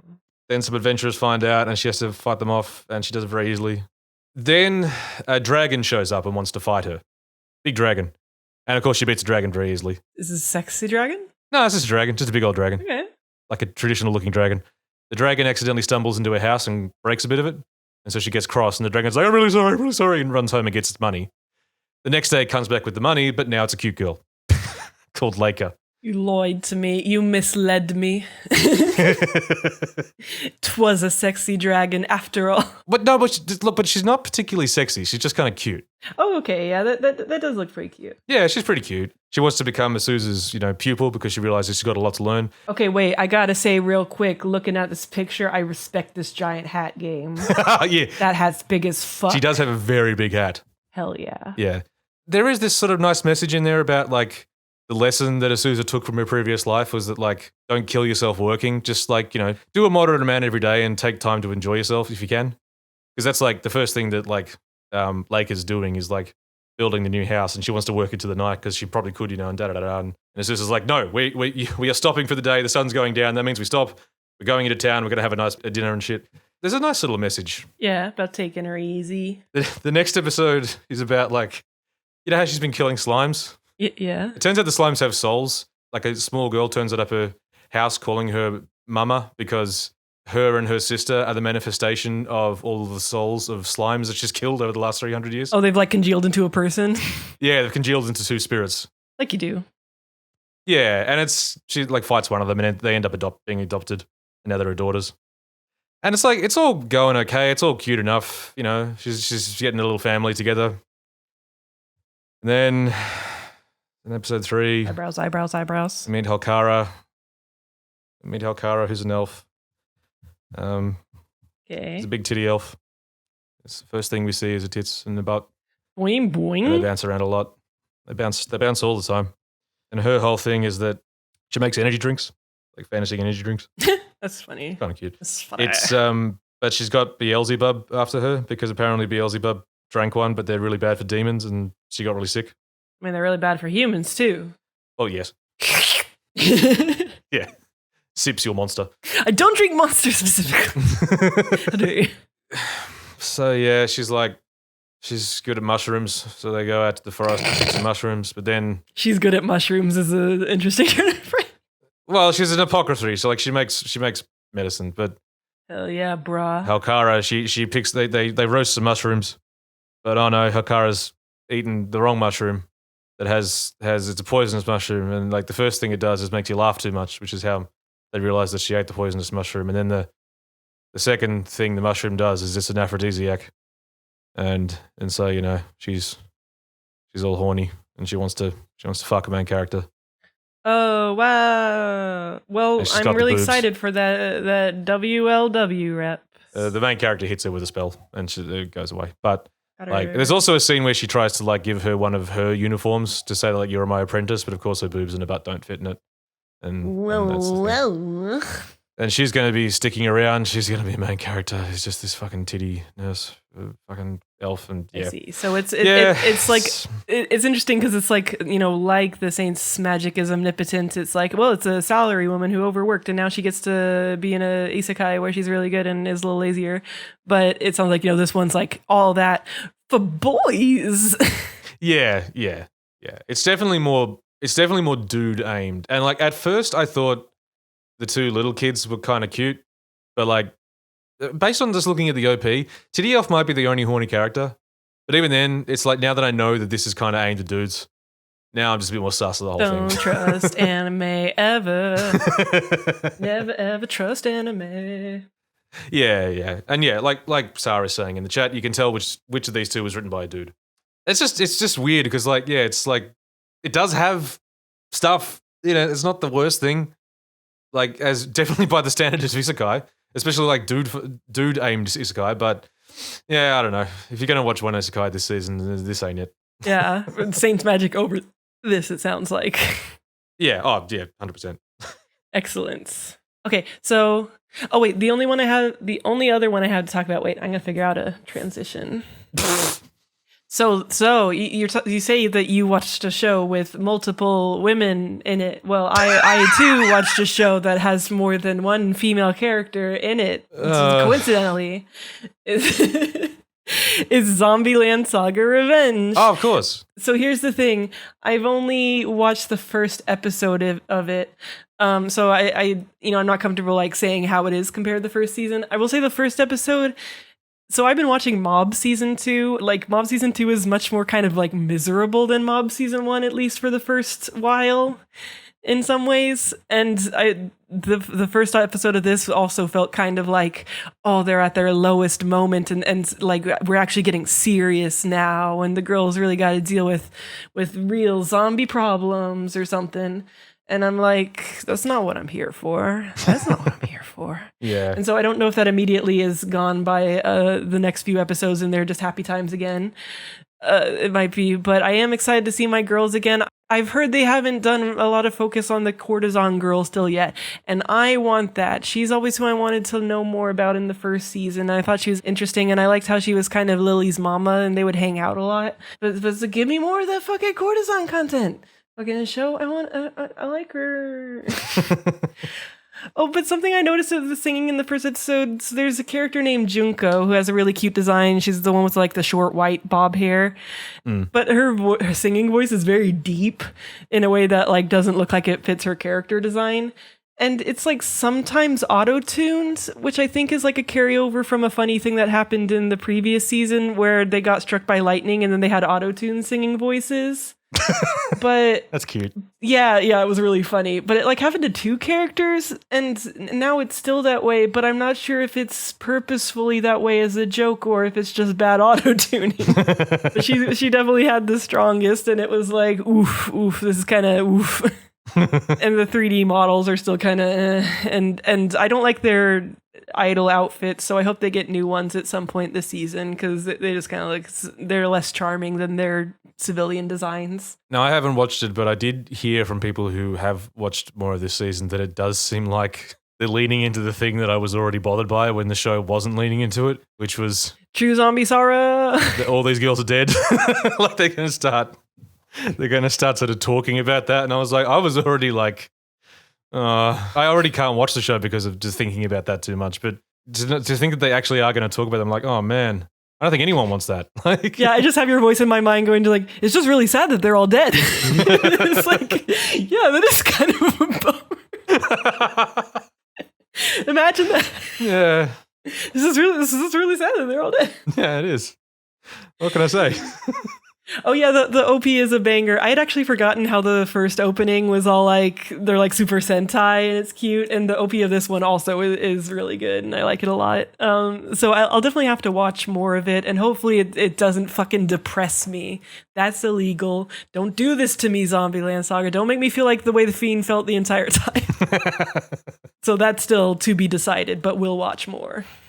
Okay, so shall we do the last one?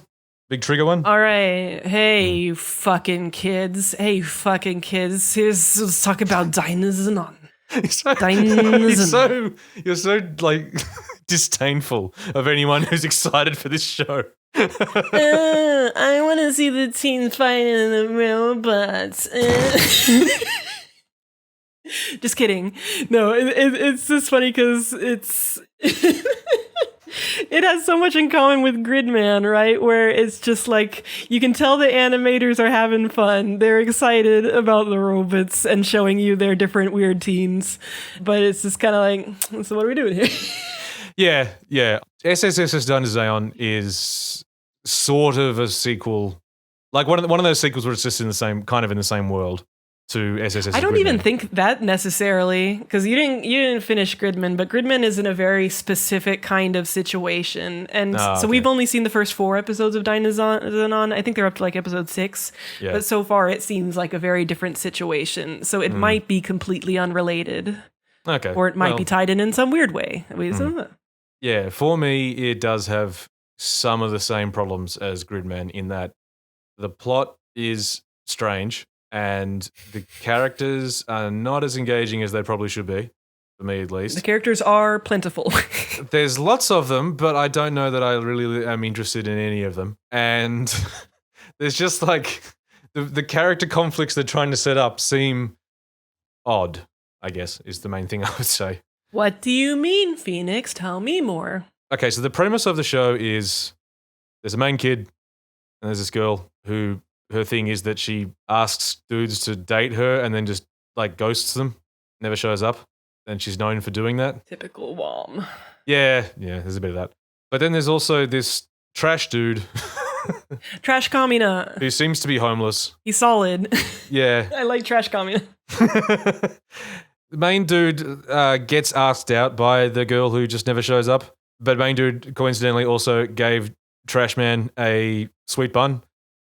Because he said he was starving, so now Trash Man wants to be main dude's friend. Main dude goes to where he was meant to meet the girl. She's not there. Trash Man turns up. He finds the girl. He's yelling at her. And while this scene is happening, kaiju attacks. Like it's a big monster. Oh, pew, pew, pew, pew. Big monster attacks the city, but Trash Man seems to know what's going on. And he pulls out like a transformer toy.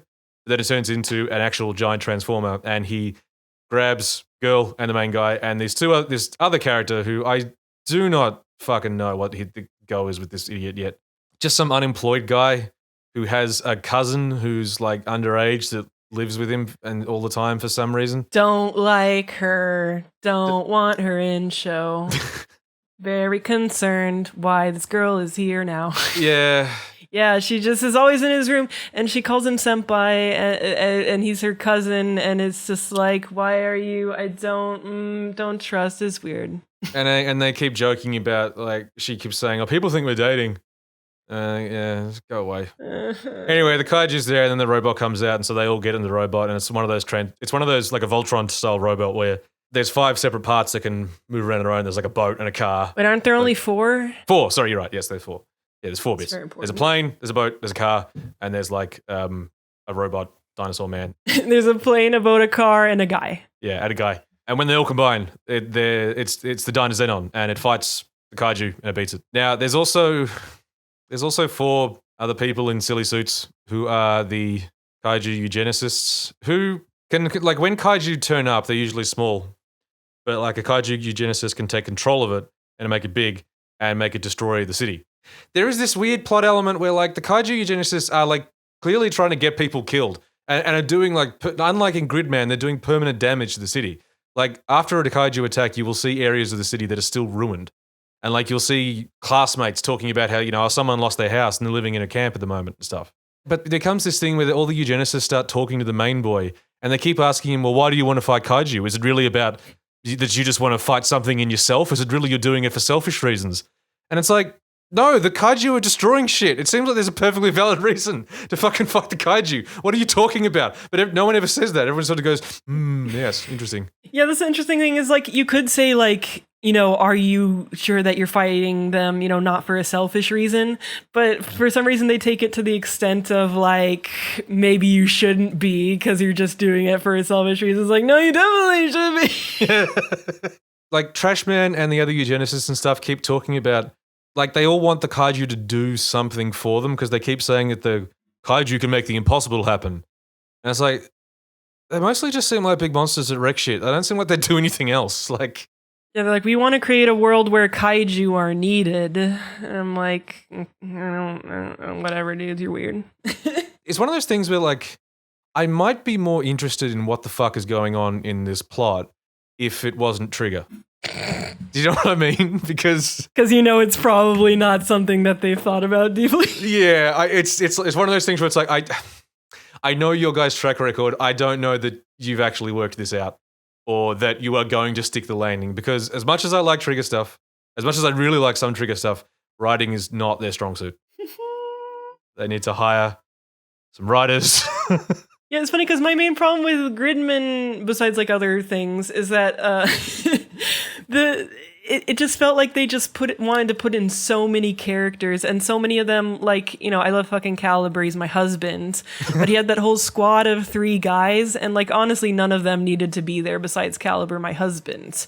and you didn't really get to like learn much about any of them. They're just kind of there, and it's like, wow, more characters. Yeah. And it seems like this one just went even more characters, and I'm like, you didn't even, oh my god. I watch their newer stuff and I'm always like, where are the people who wrote Little Witch Academy? Because like they at least understood the importance of like a relatively small cast and focusing on some of these characters and giving them little journeys that aren't like really fucking obtuse. I think at this point the only character I'm sort of interested in is the girl. Yeah. For like a couple of reasons. Because like she's got this whole thing going where her sister and her weren't particularly close and she died a few years back, but for the first time, her sister asked her to come to one of her recitals, which is something that the sister had been doing all the time. But this is the first time she'd ever asked her little sister to come to one, and then she was killed on the way. So she's trying to learn more about her sister. Like she's going and finding people who knew her and talking to her about them because she doesn't really know much about her at all. But she also has this other female friend who, like, normally when you see this main girl, she's very cold and like very quiet. But when she's with this other friend, she's like really lively and kind of in this totally different mood. And it isn't so much as like, that's mysterious, because like, okay, you've got a close friend, of course you're very different with them. But it's just sort of, it is kind of interesting. I'm way more interested in their friendship than anything else that's going on in this show. To me, it's weird because, it's like, there's that whole like, oh, you really changed lately, thick legs girl. I don't know her name. Short skirt, look at her legs girl. Yeah. And it's like, oh, it's because she's met this basic ass boy that's the main character, and he's healed her and changed her in so many ways. And I'm like, what about this cool friend girl? What is it? What is she? Is this sliced beef? I don't understand. Yeah, I know. That's the thing, because like, they're focusing a lot on the relationship between these two piece of bread boy and like this girl. I'm like, I don't care. And Legs McGee. Yeah, I don't care about these two, like their relationship. It's fucking, I don't know. Also, the eugenicists like are just quite open about the fact that they're all like 5,000 years old, including Trashman, because he used to be one of them. There is something funny about the characters being like, well, that's pretty crazy, and like having a very understated reaction to it. Yeah, this is a world with kaiju and no one's like totally mind blown that they're a kaiju. They're just like, well, yeah, this world's weird. So yeah. Yeah, but it's like, I don't know how dissonant that's supposed to be, or if the writers just like don't want to bother with all that aspect of it, so like nobody cares. yeah, it's strange. And there's other kind of little amusing things, like one of the eugenicists knows which school main boy and girl are going to because main girl was running late, so she just flew a plane to school. Yeah, that's pretty bitchin'. But that was how we found out. And she was like, I was running late. I was running late though. And there is also something really funny about the control systems for these robots. 'Cause- You mean one control system in particular? well, yeah. Like all the control systems are just like old arcade style buttons and joysticks, but the girls is like it's just that arcade setup on the floor, and there's no other furniture in the cockpit. So it's just her crouching on the ground, going beep beep beep. Yeah, she's not even allowed to sit on the ground. She has to be like crouching on her knees constantly, like fiddling with this thing on the ground. And it's like, God, you're gonna get so cramped. There is like something interesting the show kind of has that it feels like it's leaning into, where it's like about like not having time for childish things as an adult, or like feeling like you can't indulge in those things anymore. And I don't know if that's going to be like a vibe throughout, but like episode 2 where he had no time because of his part-time work and whatnot kind of felt like that. Yeah. And like you could lean into that with the stay-at-home unemployed loser guy with his fucking weird-ass cousin. Get her out of here. To be honest, I think I'm going to keep watching it just because I do want to know a little more about what the fuck's going on. They have been very like, as much as they do just tell you some of this weird shit straight up, like, oh yeah, we're 3,000 years old. We want to. There's still so much that is unexplained. Like they're setting up mysteries in this really weird way where it's just like, yeah, this shit's weird. Yeah. Don't you want to know more? And I'm kind of like, okay, yeah, I kind of do. I wish I knew ahead of time if you were actually going to have good answers for these questions, but I guess I'll just have to just wait and see. That's the only risk, that we don't know if Trigger's going to land this or not, because they just don't have fucking good. They're not good at this. But I will say, and I've seen people dunking my girl with her short pants, and I don't know. I think it's a kind of hot design. I think she is tall and she has the like high waist shorts, which I think can be pretty cute. I mean, a lot of times it's like drawn, like so. Of course, there's like the big thigh gap in the big thighs, and it looks really silly. But I don't know. I kind of like the tall waist, short pants, all hot cool girl, and I give her a little kiss. Yeah, her personality is see someone in the chat is bullying her because her personality is like but that's kind of charming in its own way. She seems kind of like she doesn't give a fuck about what's going on, and I don't know, it's kind of funny. I mean, no one does to some extent. Yeah, that's kind of the mood of the whole thing. Is this shit's happening? Everyone's sort of like, Yeah, but the other guys are all like over the top, and she's just like, okay, I guess I'll do it, but all right, see ya, can I go home now? Yeah. It's almost like a French art house film. Everyone just sort of experiencing ennui while piloting these robots. It's also there's also something about I do think most of the designs are good. Like again, they're talking about the strengths of Trigger. Like all the characters look pretty good. The robot fights do look great. Like obviously, I can't tell. I thought it was cool camera angles and shit, and they were fun in places. I don't know. It's weird, but I'm probably going to keep watching it for now. Yeah, actually, same. Like, I am kind of curious about what the fuck they're doing. Yeah. But yeah, so it seems like we've both got some stuff that we want to keep watching or start watching, eh? This is one of the strongest seasons I've watched in a while, I would think. Yeah, even stuff that I'm not like, wow, this is super good. I'm like, I want to keep watching, though. Like, I'm interested. Yeah. It might be worth just talking briefly about stuff from last season that we kept up with. So the two things I kept up with from last season were Other Side Picnic and Horimiya.